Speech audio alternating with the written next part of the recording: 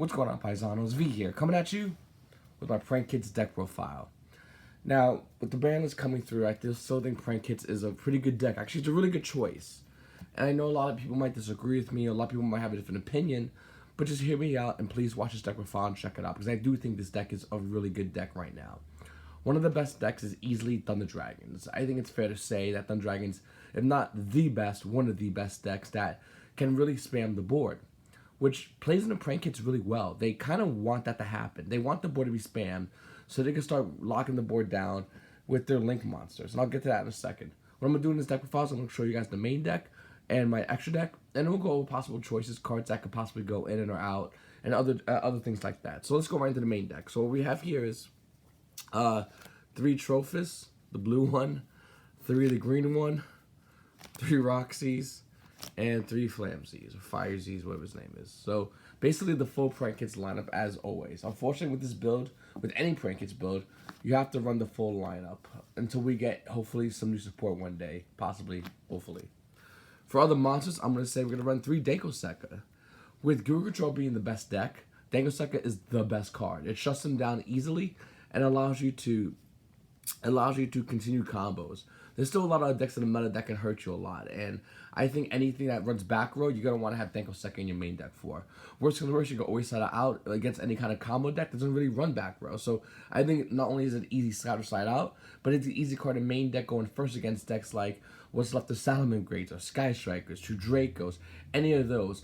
And if they run Solemn Judgment, well, they have to Solemn Judgment this card, and that's one card that you're going to open up, you're going to drop on board, and they have to Solemn Judgment, and you can still continue your combo. So I really do like this card a lot. I really do think this card's a huge card in Prank Kids, and anybody that doesn't run Dankoseka, I just don't agree with.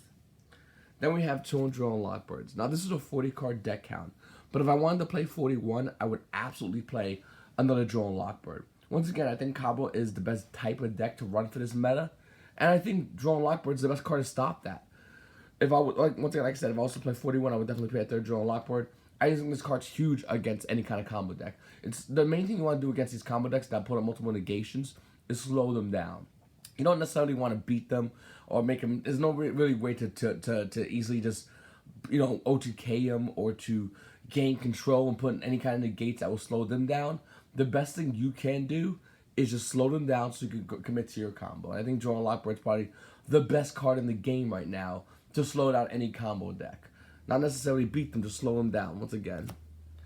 For traps, we're just running 1 Prank Kids plan. I don't think this card needs to be ran at 2. I think it's a huge brick, and in this deck, you want to minimize the amount of bricks you can have. So I think 1 Prank Kids plan is more than enough. Now for spells, we're running 3 Pandemonium and 2 of the Continuous spell. I do like mostly in German, so I don't know. I forgot the original English name. I do have the translation, so I'm too lazy. Anyway. I think you don't need the second version of this card to draw. I just don't like it. I understand it helps you make like a token. It's not as good. You want more cards to make you go into polymerization, to use your polymerization targets, or polymerization like cards like Pandemonium. So that's why this card is huge, whereas this card's really not needed. I'm seeing varying ratios in which is 2 of these and 3 of these. But once again, making a token's not bad, but going neg 1 to make that token in a deck that can brick, it's not good. Whereas this card can just help you fuse. So I'd rather have the fusion type S card. Next, guys, 2 Prank Kids Place. We're still running 2 Prank Kids Place, even though with Terraforming going to 1, I don't like opening multiple copies of this card. It's a great card, but it's not necessarily a needed card. It's a card that you want to play mid-game and really use mid-game. But opening turn, it's cool that you can search a Prank Kids monster, but you're playing 1 of each of them in your deck, so I don't think that's really that big of a problem. So that's why I only feel like 2 Prank Kids Place is definitely needed. Anything more than that, you're just offering yourself with the brick. 1 Invocation, once again, not a build's playing 2. Going back to non-bricking, I don't want to brick, so I don't want to play multiples. I want every card to be decent, and I want every card to have a limited amount, so I don't have to open up multiple copies. With Invocation at 1, I think it's more than enough. We are running 2 Pot Desires. Unbrick the deck, the card. Soon these will be Ultimate Rare, boys. Don't you worry about it. Don't you worry yourselves to sleep.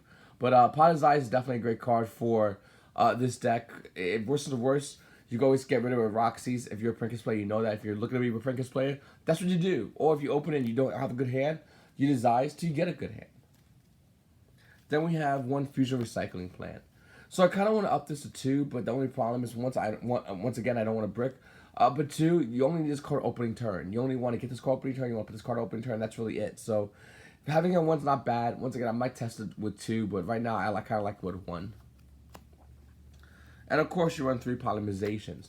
This is the better version. I mean, yes, the Prank Kids Pandemonium is a really good card for Prank Kids because they can search it out and they can keep recurring it. But polymerization allows you to go into more plays in your extra deck, which I kind of like a lot more.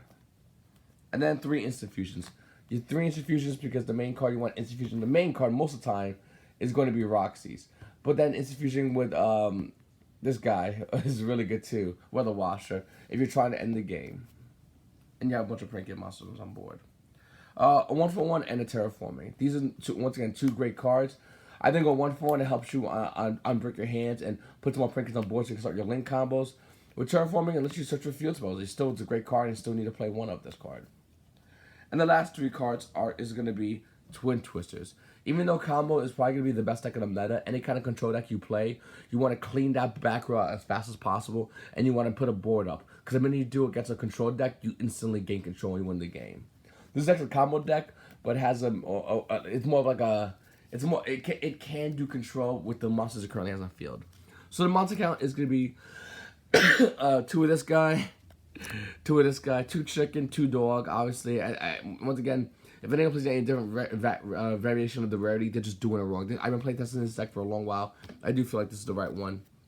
1 Rooster, 1 Nightmare Griffin. I don't run a Thunder Dragon package, even though I like that package a lot. But I still run Nightmare Griffin because when you play against any of those combo decks, it slows them down a lot. And once again, the name of the game is to slow them down. So Griffin's really good for that. Or any kind of control deck as well. This card's just good overall, but you have to know when to play. There's certain games you'll play and you'll win, certain games you'll play and you'll lose. So you definitely want to memorize the times when to bring this card out. This card has won me many games by itself, but you gotta do it in the right time or you're just gonna lose. Boros, of course, Borrelord and Boros Sword. You can choose to do 2 Boros Swords. The reason I like Borrelord, especially now with Thunder Dragons coming back, kind of makes a lot more sense. 2 Weather Washers and 2 Rockets. Some people are trying to play like 3 Rockets. It's incorrect. You play 2 and 2 because you can recycle them. This guy over here. And then Abyss Dweller and Totally Awesome. These cards never change. And once again, that's why I like going polymerization. Because like, I know either one of these. And depending what you play, I always find myself ending with Abyss Dweller more than Totally Awesome. It really depends on the deck. If it's a control deck, I want to go Toad. But if it's a combo deck, you always want to go totally Abyss Dweller. When I go blind, I more or less go blind to Abyss Dweller. And the reason why is because more than likely you're going to play a control deck, or you're going to play a deck that's going to want to utilize the graveyard more than they care about having a negate. A lot of decks right now are playing to go against 2 and 3 negates. And Totally Awesome, even though it's a phenomenal card, it doesn't really work that good against those kind of decks. Whereas Abyss Dweller can shut decks down right in the graveyard. Right off the gate, you just Abyss Dweller. And it works pretty good. Your opponent, works good against your opponent and allows you to slow your opponent's roll down. So that's the name of the game when you're playing Prank Kids. I still think, once again, this is a really good deck. I think this deck's a huge sleeper. I think a lot of you players, even though I have this deck max rarity, don't realize that this is an expensive deck. It's not that, it doesn't cost you that much money. Going over this, the cheap version of the card prices, it's really, really cheap. And I think a lot of you players can play this deck. And against a lot of combo decks in your locals or against any kind of control decks, this deck is a really, really good matchup. I think the only thing this deck has a problem with is Floodgates, and that's why I really emphasize in cards like Twin Twisters and Denko Sec. I really emphasize for these cards.